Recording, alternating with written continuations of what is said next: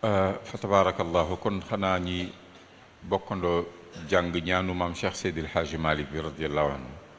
gannaaw astaghfirullah ñetti yoon laa ilaha illallah sayyiduna muhammadun rasulullah sallallahu alayhi wa sallam benn yoon muslu ci seytaane jàng fatiha salaat al fatihi ayatul kursi ixlaas muawizatayni tëj ko salaat al fatihi jaamoo ko yàlla daf ko haddiye yonent bi sallallahu alayhi wa sallam sidna cheikh radiallahu anhu maam Cheikh Seydil Hadji Malick radiallahu anhu ak silsila bi yépp dugal ci yéene yi ñaanal xalifa bi ñaanal njaboot gi ñaanal kilifa diine yi ñaanal réew mi kilifa aada yeeg ñépp dugal ci seen soxla ni ko borom ñaan gi waxe woon nee na ñaan la gog képp koo xam ni ñaane nga ko ak kóolute loo diir daa ko jam kon suñu diir yàlla bu mu mooy bismillah ñi ñaan nag ba tasawaat fi déwén ak déwén yu bëri tarafet fekkin astaghfirullah astaghfirullah astaghfirullah la ilaha illallah sayyidina muhammad rasulullah السميع العليم من الشيطان الرجيم بسم الله الرحمن الرحيم الحمد لله رب العالمين الرحمن الرحيم مالك يوم الدين إياك نعبد وإياك نستعين من النبيين والصديقين والشهداء والصالحين وحسن أولئك والهادي إلى صراطك المستقيم وعلى حي القيوم لا تموت ذا الذي يشفع عنده إلا بإذنه كرسيه السماوات والأرض ولا يؤوده حفظهما وهو لا إكراه في الدين قد تبين الرشد من الغي فما يكفر بالطاغوت وببركة وحرمة بسم الله الرحمن الرحيم قل هو الله أحد الله الصمد لم يلد ولم يولد ولم يولد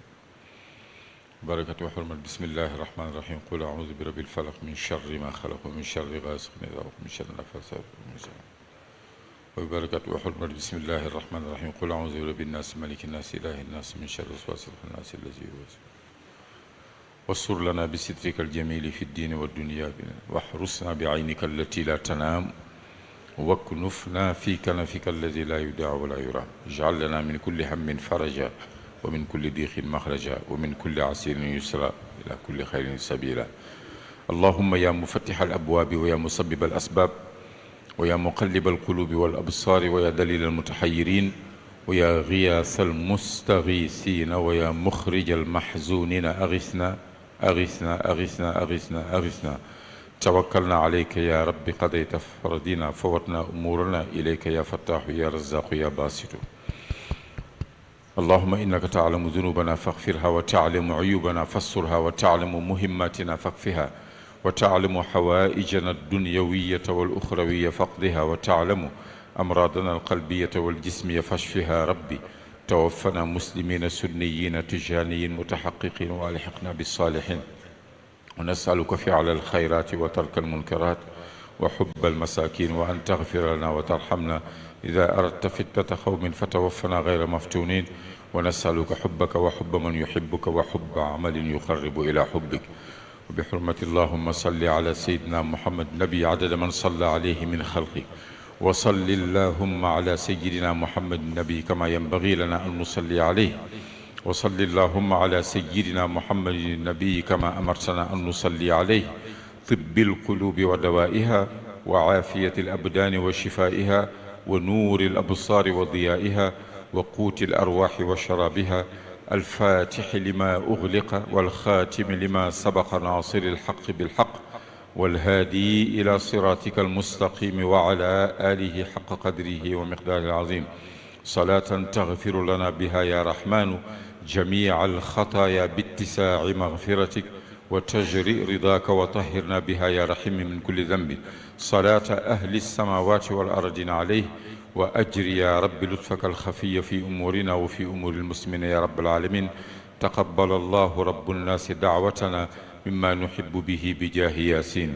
تقبل الله رب الناس دعوتنا مما نحب به بجاه ياسين تقبل الله رب الناس دعوته مما نحب به بجاه ياسين يا رب بالمصطفى بلغ مقاصدنا واغفر لنا ما مضى يا واسع الكرم سبحان ربك رب العزة عما يصفون وسلام على المرسلين والحمد لله رب العالمين صلاة الفاتحة اللهم صل على سيدنا محمد الناصر الحق بالحق والهادي إلى صراطك يا الله دائرة النعمة Bundo Mor Amad Lamine Diop dañuy yëgle seen gàmmu le 4 janvier ci teewaayu Serigne Sidi Ahmed Sy Al Amin ne Ahmed Ciss ñaari doomam dafa réer ku ko gis منين يوم ذا إثمين منين موجنا منين يوم ذو إثمين منين موجنا منون غير ذي عجب منون موجنا ومفتاح ومصباح منير موجنا جواد مصطفى عين العيون وعين مناجا مرتدى هادي بصير وعينا وليس على المغيب بظني وعينا وعين الخلق عينا خدنها وعودنا يباهت من أتاه من العيون وعودنا به عينا أنلنا ليس عين وعينا يماثل به نيل العيون موجنا وإضلال بعين فيه جير وعينا فإرهاس له كل العيون موجنا سراج من أشيعته استنارت وعينا وعين قد سرت كل العيون موجنا فيا عجبا لذي نور منير وعينا ونور الأصل في ماء وطين وعينا وفي سلب لإلياس يلبي ميدنا ويسمع المواثم بالأذي وعينا ربائك